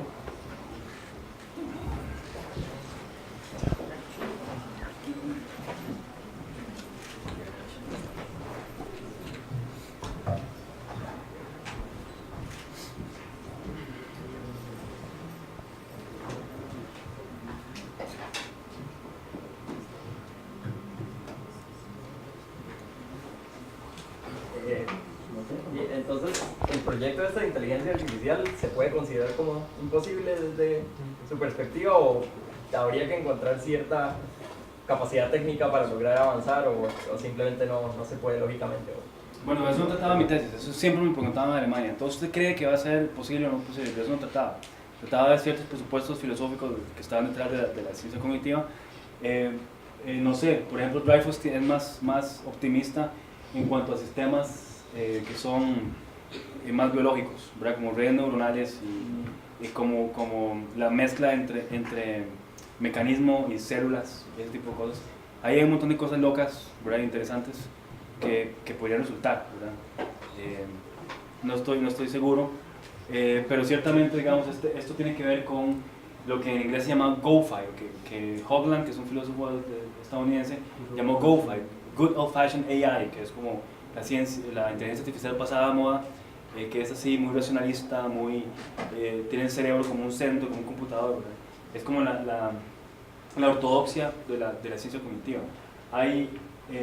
Quiero que quede claro, ¿verdad? Que a mí me interesa mucho la ciencia cognitiva, por cierto, pero los enfoques encarnados y esos le llaman ahora 4E Cognitive Science, es decir, enfoques que tienen 4 E's en inglés, son embodied, son embedded, ¿verdad? Son corporizados, están incrustados en el mundo, son enactive, enactivistas, ¿verdad? Porque el sentido surge de una experiencia que curiosamente suena muy parecido a lo que Husserl llamaba constitución, y son embodied, embedded, enactive, y tengo principios de Alzheimer, yo creo. Hay otra E, se me olvidó, pero en fin, son enfoques más interesantes, digamos, ecológicos también, que toman en cuenta todo el ambiente para la teoría de sistemas, una teoría sistémica más amplia, digamos, pero son más interesantes. Yo no sé qué va a pasar en el futuro, pero esta forma así tan clásica, que es muy dominante, todavía muy dominante en el mundo, me parece que fue pulverizada, digamos, por esta crítica.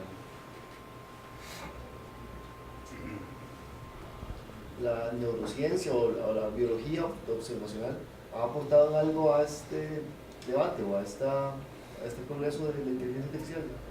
O sea, es pertinente fijarnos en mecanismos biológicos. Walter Freeman. Sí, exactamente. Walter Freeman, que por cierto también lo utilicé bastante en mi tesis, es un neurocientífico fenomenológico, curiosamente. Trabaja también en MIT, también influenciado por Dreyfus.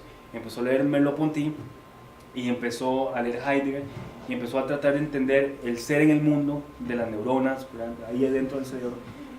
Muy raro, pero en realidad tiene unos trabajos muy interesantes, ¿verdad? Porque como que el cerebro ahí se ve como más vivo, ¿verdad? No se ve como un sistema que sigue órdenes y reglas de A, B y esa cosa lógica que les gusta por lo general mucho a los logicistas y a ciertos analíticos.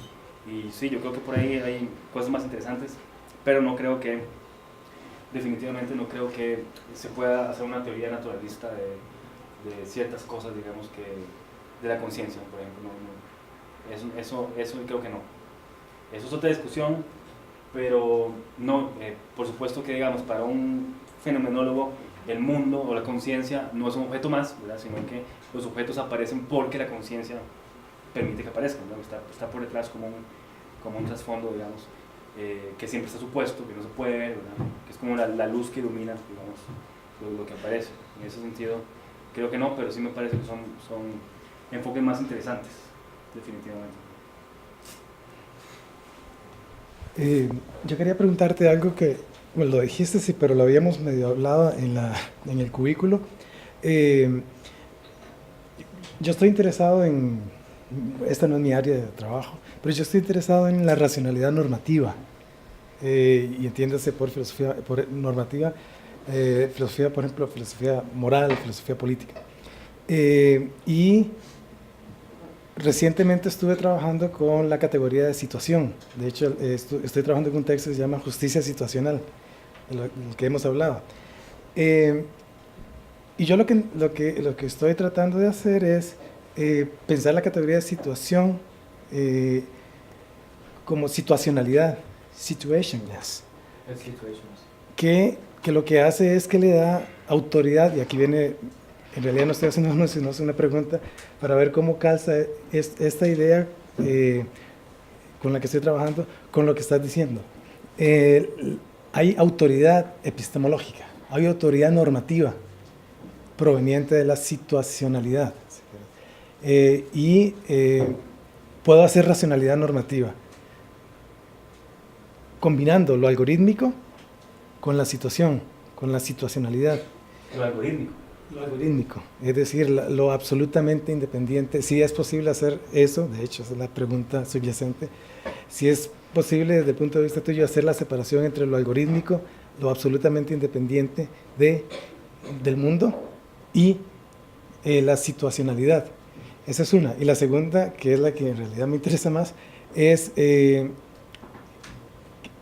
¿cree usted que sí se puede sostener la tesis de una racionalidad normativa cuyo fundamento es la situación, la situacionalidad, cuyo fundamento epistemológico de la racionalidad normativa sea la situacionalidad, o es un proyecto fallido? Esa es la gran inquietud. Pues no sé, tendría que ver qué significa exactamente normatividad. ¿Es un sistema de reglas para vivir moralmente o algo así? Es que no conozco mucho la tradición, digamos, de la filosofía política de esto. Pero puedes pensarlo como reglas, pero reglas cuyo fundamento son razones. Y las razones son dadas por la situación. Entonces es un proceso que pasa de situarse, o sea, de sentirse, o sea, de las disposiciones que disparan creencias y en realidad disparan, o bien los conecto con creencias y razones y luego con principios. Las normas son principios, ¿verdad? Principios de acción. Entonces a un principio de acción le puedo predicar racionalidad, y a la racionalidad le tengo que adjuntar disposicionalidad y le tengo que adjuntar situacionalidad. No sé si me explico. sí, bueno, suena muy analítico, parece que está como separado, ¿verdad? Que estar uniendo. En la fenomenología todo está unido, ¿verdad? Digamos que el agente o el ser humano siempre está en situación, ¿verdad? Digamos, cuando conoce, siempre está en un estado de ánimo, ¿verdad? Que es algo que ignora la epistemología, o ha ignorado mucho. La otra E tiene que ver con emociones, por cierto, y ahora que lo dice me recuerdo, estado de ánimo o lo emocional, ¿verdad? Está también siempre presente, ¿verdad? Siempre estamos en un estado de ánimo, por ejemplo. Entonces son cuestiones que se adelantan, ¿verdad? Que solo analíticamente uno puede separar. Entonces no sé, o aquello que es totalmente separable, es separable analíticamente, ¿verdad? Pero es una operación teórica, ¿verdad? No sé, tenemos que discutirlo más para entender exactamente qué es eso de la normatividad situacional. Curiosamente el vocablo aquí no es situationness, sino situatedness.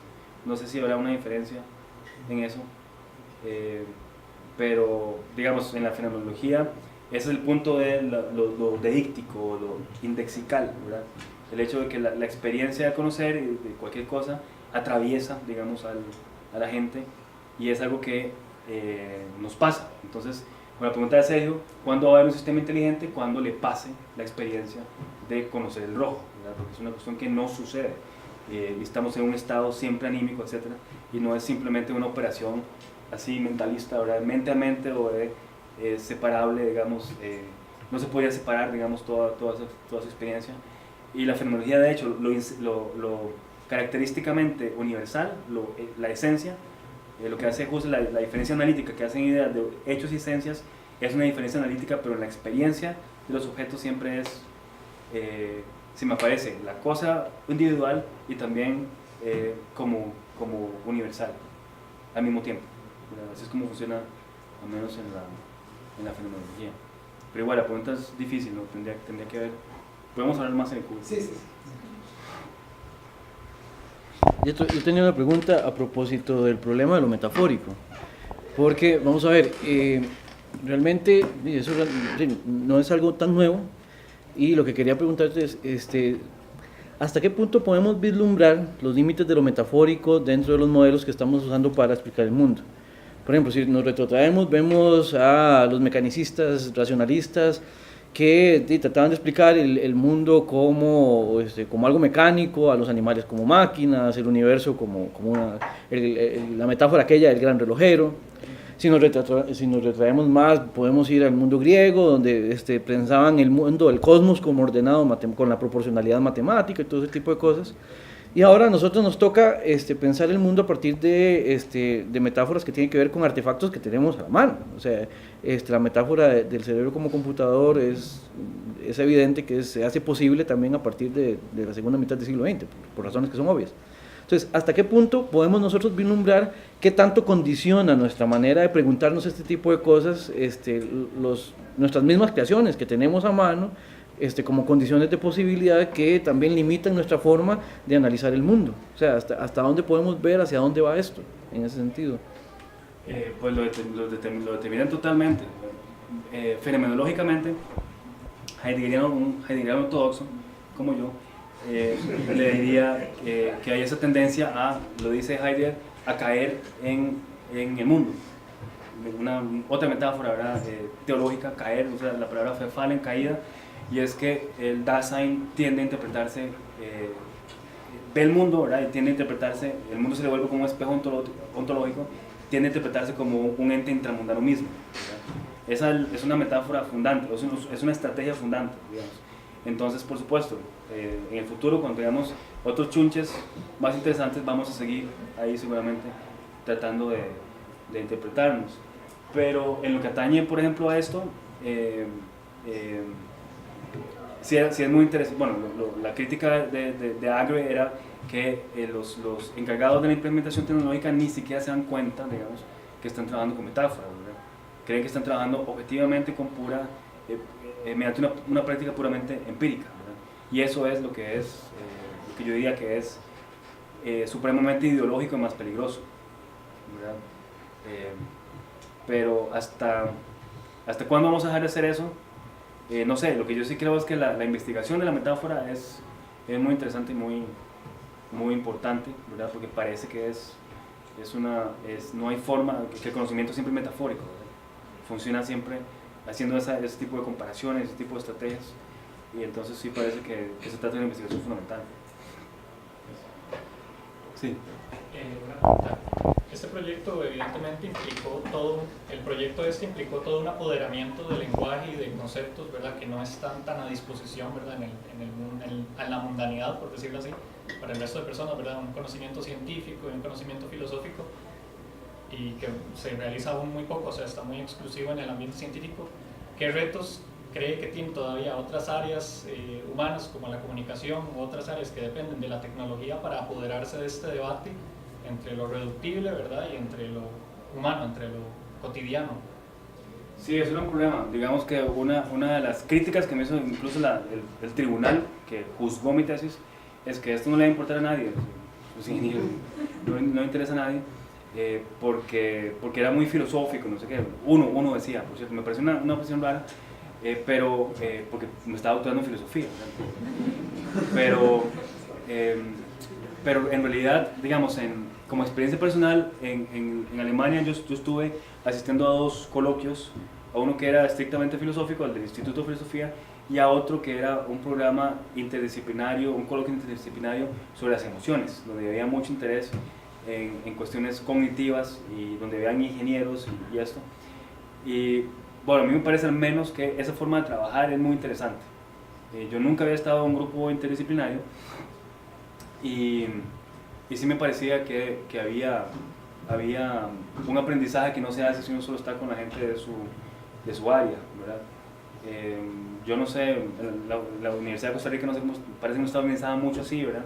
Hay algunas redes ahí interdisciplinarias, pero, y eso es otra cosa que le cuesta mucho a los filósofos, pero es muy interesante que los ingenieros y los matemáticos tienen mucho interés en lo que uno hace. Yo no lo sabía, ¿verdad? Pero cuando salían con esas cosas, como vamos a intentar programar tal cosa, el objeto está la otra, yo les decía como, no papito, eso no es un objeto, Husserl, y algo así, y se quedaban muy interesados, digamos, cuando les decía, pero tenazmente creían que tenía que haber alguna forma de lograrlo, ¿verdad? Y eso me parecía muy interesante porque uno como que ya por sentado no se puede hacer, digamos, y ellos tenazmente sí buscan soluciones, digamos, para esos problemas. Entonces, me parece que una forma sería trabajar así, hacer grupos interdisciplinarios. Yo aprendí mucho de otra gente, por ejemplo, tengo un muy buen amigo de ese grupo, que es un ingeniero y un neurocientífico, y he aprendido mucho. Yo le pregunto siempre cosas al respecto, pero lo interesante es que tengan tanto interés por la filosofía. Que yo pensaba en este debate que más bien iba a estar en un lugar hostil, ¿verdad? Donde cuando uno hablara nadie iba a poner atención, pero no, todo lo contrario. Y además ellos también lo ponen a uno a pegar cables y hacer esas otras cosas. Yo creo que es una ganancia, de todas formas, estar en esos grupos. Sí. ¿Podría referirse tal vez al concepto de mundo de la vida? ¿Qué mundo de la vida le reservaría a la inteligencia artificial, no? ¿O sería otra forma de esto de chauvinismo antropológico? Bueno, de hecho, Agri utiliza esta palabra life world, literalmente, para hablar de este embedding y de este embodiment, que sin embargo él quiere aplicar a gentes.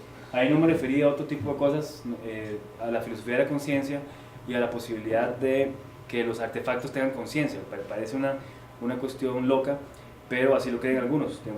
David Chalmers tiene ese libro, The Conscious Mind, ¿verdad? Un clásico de la filosofía de la conciencia, y él tiene un capítulo donde plantea la pregunta, no sé si conocen en la filosofía de la mente el famoso artículo de Thomas Nagel, What is like to be a bat, ¿verdad? ¿Qué se siente ser murciélago? Donde pregunta sobre esa perspectiva idiosincrática, ¿verdad? Sobre esa cuestión que no puede transferirse a ningún otro ser sobre la Tierra, ni extraterrestre ni nada. Y Chalmers pregunta, what is like to be a thermostat? ¿Qué es ser un termostato? Y hace toda una fenomenología de los aspectos subjetivos de los artefactos, puesto que si la conciencia es natural, tiene que de alguna forma ir descendiendo, irse apagando de alguna forma. Debe haber una forma en que somos, repito, debe haber una forma que se siente, ¿cómo se dice? Debe haber una forma en que se siente ser un ratón, no sé, debe haber una forma que nos podemos imaginar que hay una forma de ser caballo, ¿verdad? Uno se puede imaginar como un caballo, el mundo, lo que fuera, pero si uno va ascendiendo en la escala del reino natural, esa cuestión se vuelve más extraña, ¿verdad? Por ejemplo, ¿qué se siente? Ser araña es muy difícil de imaginarse, ¿verdad? Porque las arañas, pues nosotros somos mamíferos, entonces es más fácil imaginarnos sistemas que son parecidos. Pues Chalmers cree que uno puede descender hasta aparatos inanimados. Pregunta, what is like to be a thermostat, porque puede haber, digamos, en la interacción de un simple proceso de dos pasos de A y B, tiene que surgir de alguna forma del mecanismo la conciencia, porque nosotros somos también mecanismos. Entonces yo no sé si es un chauvinismo, a mí me parece que es que las rocas y los termostatos no tienen conciencia y no tienen un mundo de la vida, ¿verdad? Yo no sé si eso es chauvinismo antropológico o antropocéntrico, pero me cuesta mucho pensarlo. Sí. Yo conozco gente que ve el mundo como caballos, de hecho. Pero ya la referencia de lado, estaba pensando en alguna posible analogía de este grito de guerra que lanza Husserl en su momento, toda la tradición racionalista y idealista de las cosas mismas, sin instrumentos de la fenomenología pura y dura. Podría haber un grito de guerra que le lance a las ciencias cognitivas, que condense el proyecto, no sé. Bueno, hay toda esta recepción, ahora tiene mucha importancia. De hecho, la fenomenología que parecía que estaba ya muerta, ¿verdad? Ahora tomó mucha relevancia por la ciencia cognitiva, es decir, porque ahora los gringos están publicando en MIT Press Cognitive Phenomenology y esas cosas, ¿verdad? Entonces, y ahora salen en programas de televisión hablando de phenomenology, entonces ha tomado como más relevancia, pero porque el problema de qué es lo precisamente humano, ¿verdad? De cómo funciona la cognición, parece que tiene que ver con eso que la fenomenología ha investigado, ¿verdad? Entonces no es un grito de guerra. Dreyfus sí lanzó un grito de guerra, ¿verdad? Pero resulta que sus discípulos más bien se pusieron no a decir sí, no se puede, sino que se pusieron a programar cosas y a tratar de hacer programas, digamos, que funcionaran. Ahora, en este 4E Cognitive Science, ¿verdad? Estos nuevos enfoques, hay, por cierto, spinocianos, porque en Spinoza también hay toda una cuestión del cuerpo, ¿verdad?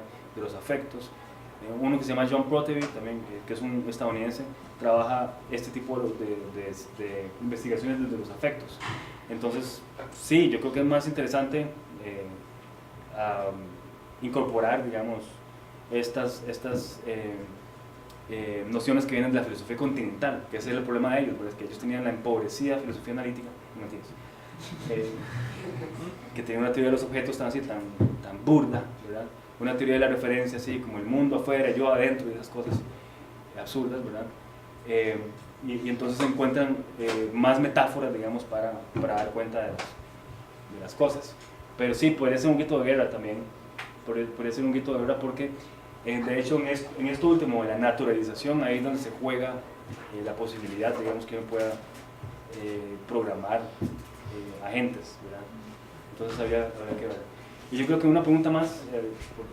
Jethro, bueno, leyendo un artículo suyo que critica a Wheeler, de hecho el artículo que critica a Wheeler y a Dreyfus, y bueno, parte de la discusión es porque ellos adoptan esta postura fenomenológica naturalista, pero en tanto como científicos como Walter Freeman, que están tratando de entender un modelo dinámico y sigue siendo derivado de bases naturalistas, está fracasado el proyecto.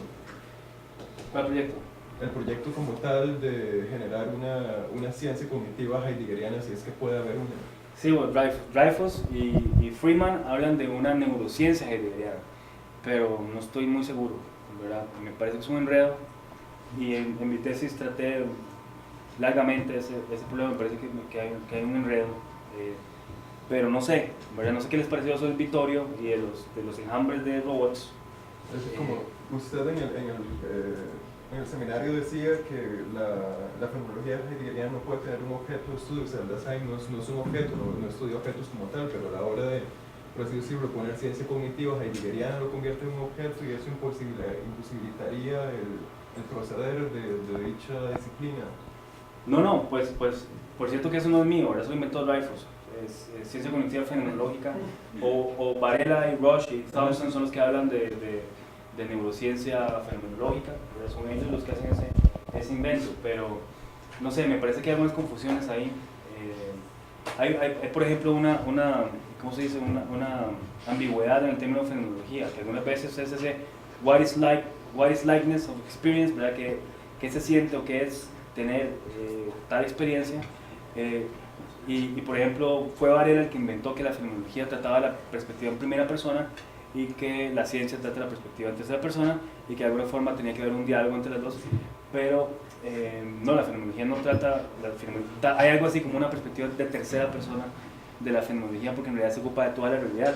Lo que pasa es que por supuesto la perspectiva en primera persona o la perspectiva idiosincrática es muy importante, puesto que nosotros experimentamos los objetos en nombre propio, ¿verdad? Y con un cuerpo incrustados en el mundo.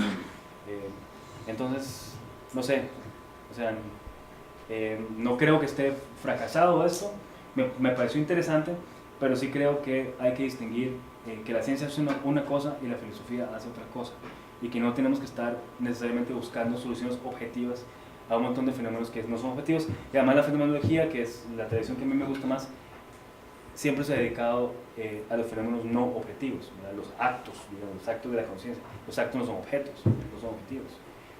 Sin embargo, son los que le dan todo el sentido a las cosas, o no sé, en vocabulario husserliano, las esencias no son reales, ¿verdad? No son reales.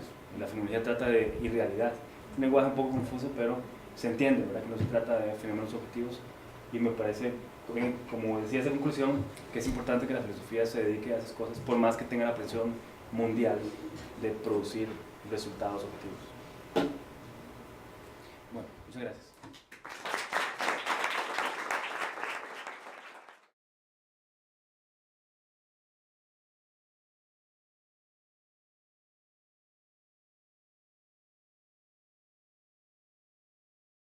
Y que sigue hasta la fecha.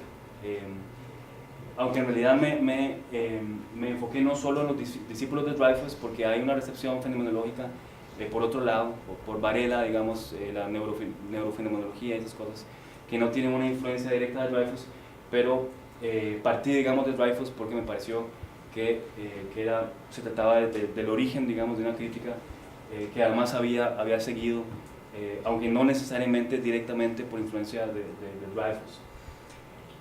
Y por otra parte quería explorar esto que llamo cognitivismo, que es lo que yo llamo, o lo que yo definí en mi disertación, la filosofía detrás de la ciencia cognitiva. Hay una filosofía, digamos, unos supuestos filosóficos que no se reconocen como tales, ¿verdad? En principio, ahora vamos a ver, la recepción de la crítica de Dreyfus fue muy negativa, puesto que se trataba de un filósofo hablando de cosas que no tenía que hacer. Sobre todo Dreyfus, el problema, digamos, fue que Dreyfus lanzó su crítica cuando el proyecto estaba muy reciente, acababa de empezar. En el MIT, ¿verdad? En el Instituto Tecnológico de Massachusetts, un filósofo, además, que no tenía propiedad, ¿verdad? Era interino, y además que decía, esto no va a funcionar nunca, ¿verdad? Porque los supuestos ontológicos, epistemológicos, son falsos, por lo tanto, el proyecto está condenado al desastre. Y entonces, lo que hice yo fue explorar cómo hay una suerte de filosofía que no es reconocida, pero que tiene que reconocerse como tal detrás del trabajo empírico. Y por último, mi pretensión en mi investigación era delimitar las tareas de la filosofía frente a las tareas de las ciencias, y sobre todo, especialmente de las ciencias neurocognitivas. El propósito de la investigación, entonces, más general, era defender el carácter irreductible de la filosofía frente a las ciencias neurocognitivas, puesto que yo pensaba que la reducción de la filosofía a estas ciencias iba a incidir en que se perdiera algo fundamental, y por supuesto que tenía que mostrar que era esto fundamental que se iba a perder si hacíamos esta reducción. Y me basé también en muchas páginas de la disertación en este tema clásico, que es el problema de la reducción naturalista de la conciencia. Como ustedes saben, la fenomenología es antinaturalista desde Husserl, y entonces utilicé este hilo conductor para evaluar, digamos, las nuevas teorías de la conciencia. Más filósofos americanos interesados, o que se llaman a sí mismos filósofos continentales, pero en aquellos años, hace más de 40 años, era una tradición muy extraña y que parecía no responder a los problemas de que se ocupaban los filósofos analíticos.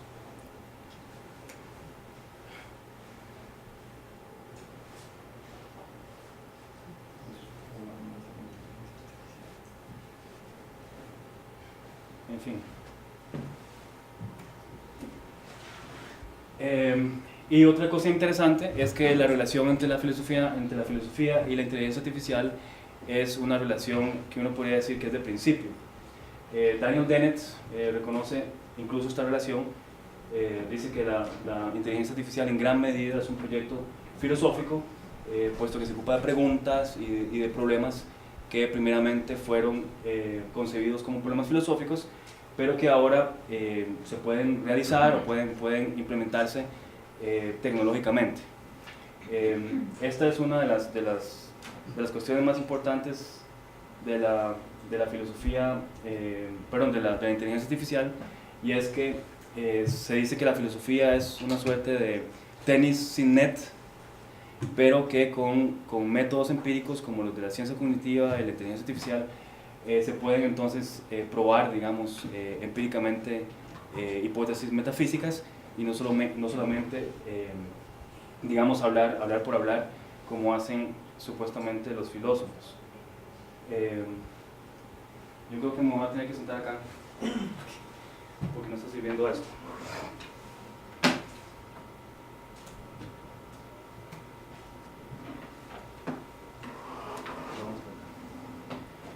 Bueno, en fin, en la inteligencia artificial surgen preguntas seminales que también fueron importantes para la filosofía y que siguen siendo importantes, como qué es la conexión, qué significa pensar, qué es la conciencia, qué significa saber, qué significa comprender, qué es la experiencia, etcétera, etcétera. La inteligencia artificial se define entonces como un proyecto de implementación tecnológica que desarrolla programas que sean capaces de imitar lo que hacen las mentes humanas, o también se puede definir como la elaboración de programas computacionales que posibilitan acciones inteligentes, que al menos sean indiscernibles, digamos, de aquellas que hacen los seres humanos, y también se define como la ciencia de la inteligencia en general, y también como el núcleo de la ciencia cognitiva. Esta fue la definición que yo utilicé para mi tesis como el núcleo de la ciencia.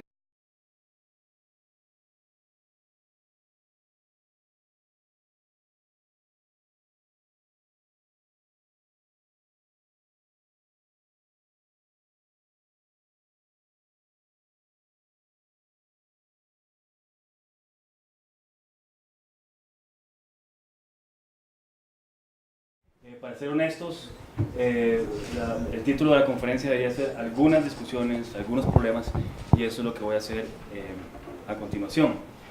En primer lugar, quería contarles la historia de cómo surgió mi interés por el tema.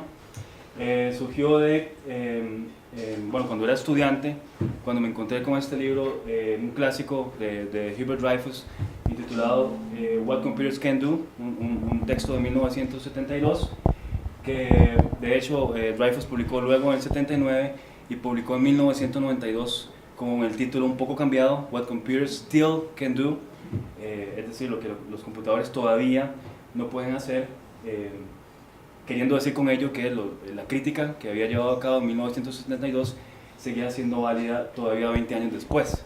Se trata de un clásico, de un libro publicado por MIT Press, que sigue siendo un texto muy vendido, muy consultado. En este texto, lo que me interesó, a mí por lo menos, fue que Dreyfus vincula dos universos aparentemente que no se comunican, inconmensurables: la filosofía analítica de la mente, la ciencia cognitiva, y la filosofía de la psicología con la fenomenología. Ciertamente en un sentido limitado, principalmente Heidegger y Merleau-Ponty, y en aquellos tiempos para mí esto fue muy importante porque estas eran precisamente las dos líneas de filosofía en las que yo estaba más interesado como estudiante. Creo que aquí no conozco a nadie, tal vez solamente Sergio se recuerda, pero hubo un tiempo en que a mí me interesó mucho la filosofía analítica. Luego descubrí Ser y Tiempo y entonces empecé a estudiar filosofía fenomenológica, pero siempre manteniendo un interés por la filosofía analítica, y entonces este texto me permitía, digamos, moverme en las dos tradiciones que a veces se conciben como compartimentos estancos o como tradiciones que no tienen nada en común, pero esto es lo que me parecía al principio más interesante del texto. El libro en sí es una crítica del prístino proyecto de la investigación, del programa de investigación en inteligencia artificial, y Dreyfus también es muy importante porque fue uno de los primeros autores en introducir la filosofía fenomenológica y autores fenomenológicos en Estados Unidos. Por aquellos tiempos no era una cosa muy usual, ahora hay más, empezando por Chalmers y toda esa discusión del problema fuerte de la conciencia y las estrategias reduccionistas, los argumentos, discusiones, etcétera, etcétera. En fin, yo veía, me parecía que el escenario estaba dado, puesto que, como dice Andy Clark, la pretensión ulterior de la inteligencia artificial era una pretensión filosófica también, o sea, por debajo, subyacentemente, estaba la pretensión de proclamar definitivamente el triunfo largamente esperado, dice Andy Clark, del naturalismo y del materialismo. Y esto significaba, este triunfo, digamos, del materialismo y del naturalismo, significaba por supuesto la muerte de la filosofía o su suplantación definitiva, pero curiosamente también había un juego por ahí detrás, puesto que se suponía que en realidad era la realización de la filosofía.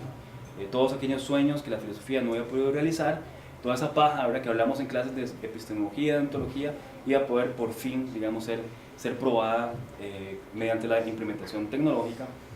Y de ahí que me enfocara, digamos, en revisar esta filosofía que según yo estaba detrás, subyacentemente funcionando en las investigaciones en inteligencia artificial, pero como se definió al principio, entendida como el centro, el núcleo, digamos, de la ciencia cognitiva. El cognitivismo, entonces, habría que definirlo como esa filosofía detrás de la ciencia, de la inteligencia artificial y de la ciencia cognitiva en general, y que tiene, por supuesto, al computador como la metáfora fundante de la mente. Y el cognitivismo funciona porque hay una alianza entre la ciencia cognitiva y una cierta psicología filosófica que se llama filosofía de la mente, que es la que le da más o menos cohesión, digamos, al cognitivismo en general.